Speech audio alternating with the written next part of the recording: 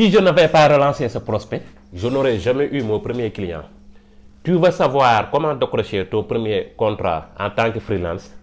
Dans cette vidéo, je te montre comment j'ai signé mon premier client grâce à une campagne de prospection automatisée et quelques relances bien placées.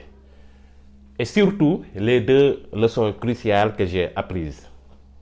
Bonjour à tous, je m'appelle Abdou Khadr Diakhaté, auteur du site Croissance Digital Média, coopérateur spécialisé dans l'email marketing pour les coachs et formateurs en ligne.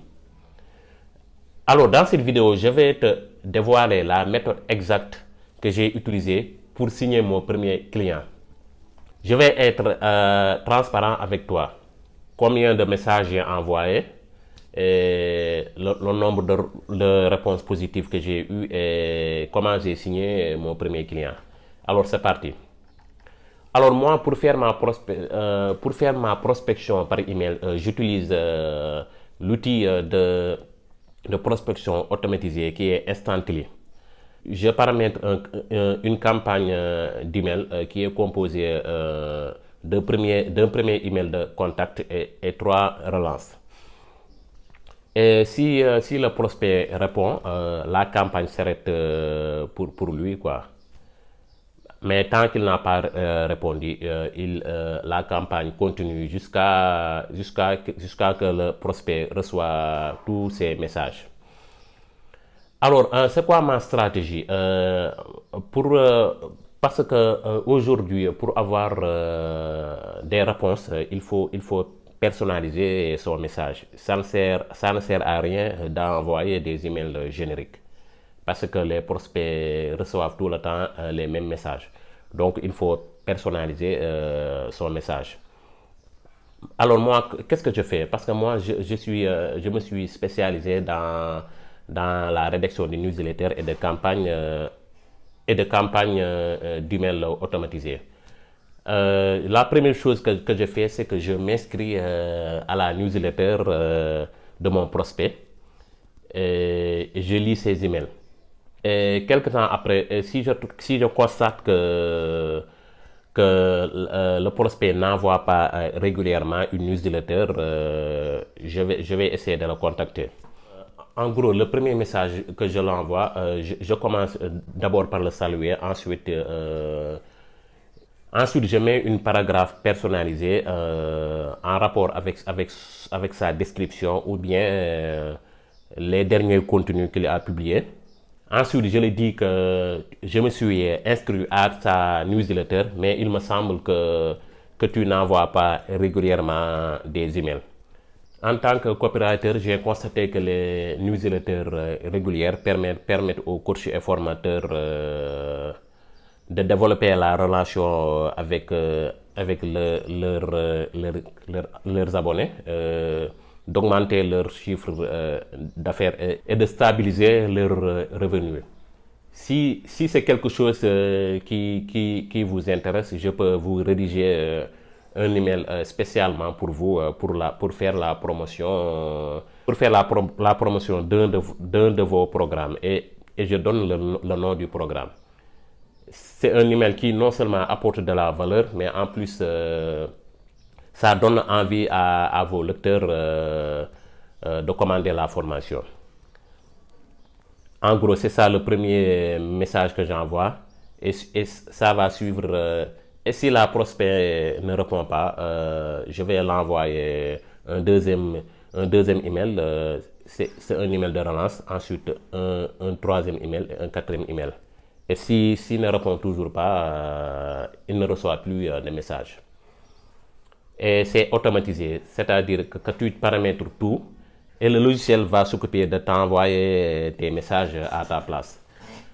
Et j'ai contacté 55 prospects et il y a 3 qui m'ont répondu favorablement, 3 qui ont dit qu'ils acceptent que je leur envoie l'email portfolio. Et parmi ces 3, j'ai signé un client. Et les 2 autres, j'en parlerai à une prochaine vidéo. Donc abonnez-vous pour voir la suite. Et dans le cas du prospect qui est devenu une cliente, je l'avais envoyé un premier message mais il n'a pas répondu. Et, et quand elle a reçu la première relance, elle a dit que je n'avais pas vu ton message parce que j'étais occupé. Mais si c'est sans engagement, j'accepte. Tu peux m'envoyer ton email portfolio. Je lui dis, ok, je vais te l'envoyer. Je rédige l'email et je l'envoie. Quelques jours passent, silence radio. Elle ne répond pas. Je l'envoie un email de relance pour le demander son avis. Qu'est-ce qu'elle pense de l'email que je l'ai envoyé? Et elle me répond qu'elle ne l'a pas encore lu. Elle est très occupée, mais elle va revenir vers moi. Quelque temps après, elle me répond. Elle me dit j'ai lu ton email, elle me plaît bien. J'aimerais discuter avec toi et j'ai pris un rendez-vous sur ton calendrier. Et le lendemain, à l'heure convenue, on fait un appel vidéo. Je l'explique, je la pose quelques questions sur son business, etc. Et je l'explique en quoi consiste le service. Elle dit que pour les newsletters, pour l'instant, ce n'est pas sa priorité. Par contre, elle veut que je réécris une séquence automatisée pour un de ses programmes, son programme phare. Je lui dis, ok, je peux le faire pour elle. Je l'ai facturé 500 euros pour ce service et elle a accepté. Je réécris la séquence au complet. C'est une séquence composée de 10 emails. Je l'envoie et ça m'a pris une semaine de travail. Je l'envoie, elle est satisfaite. Elle a dit qu'elle est très contente de cette séquence. Mais il y a trois modifications à faire. Je fais ces modifications, elle implémente tout ça. Et quelques jours après, elle me contacte de nouveau parce qu'elle me dit qu'elle est en train de préparer un atelier de formation en présentiel et en ligne. Et elle voudrait que je m'occupe de la partie newsletter pour faire la promotion de cet atelier. Je la réponds, ok, il n'y a pas de problème. Je la propose une commission de 10% sur les ventes. C'est-à-dire à chaque fois qu'elle fait une vente, je vais toucher une commission de 10%. Et à la fin de chaque mois, on va faire les comptes et elle va me payer, quoi. Mais quand elle ne fait pas de vente, elle ne va rien payer. Elle a accepté, je commence à rédiger les emails. Je l'envoie un premier et un deuxième email. Mais elle trouve que le style est trop intelligence artificielle, trop IA. Elle ne la plaît pas. Malgré que moi, la séquence que je vais réécrire sur elle, je me suis appuyé de l'IA. Mais ici, par contre, elle me dit que ce n'est pas son style. Donc, elle va continuer à écrire ses newsletters pour elle, quoi. Et les deux emails que je l'ai envoyés, elle les a modifiés à son style avant de les envoyer à sa liste email. On a fait quelques ventes avec ces deux emails, mais pas beaucoup, quoi. Et elle me dit que à la fin de l'atelier, quand j'aurai terminé de délivrer l'atelier, on va voir comment continuer notre collaboration. Pourquoi pas réécrire d'autres séquences pour ces autres programmes ou bien la réécriture de ces pages de vente. Et un mois après, je la contacte de nouveau pour la demander les chiffres de la séquence que j'ai réécrit pour elle. Elle me dit qu'elle est satisfaite, que les ventes de cette formation ont augmenté, donc que la séquence a performé, quoi. Je lui dis que je suis content et si tu veux bien me faire un témoignage vidéo, je serai preneur. Elle a dit que pour l'instant, elle n'a pas le temps, mais elle va me faire un témoignage vidéo, quoi. Donc, en gros, c'est ça pour cette client. Et pour les deux autres réponses, comme je l'avais dit, je vais faire une autre vidéo pour vous expliquer comment ça s'est passé, quoi. Alors, quelles sont les leçons que j'ai tirées de cette expérience? J'en ai tiré deux principalement.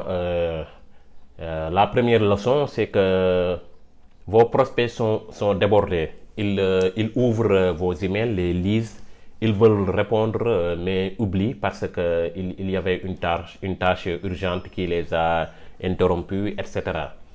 Donc la règle d'or, c'est de toujours relancer. Mais il faut le faire quand même subtilement. Il ne faut pas harceler vos clients. Et il y a une citation marketing qui dit que l'argent est dans la relance.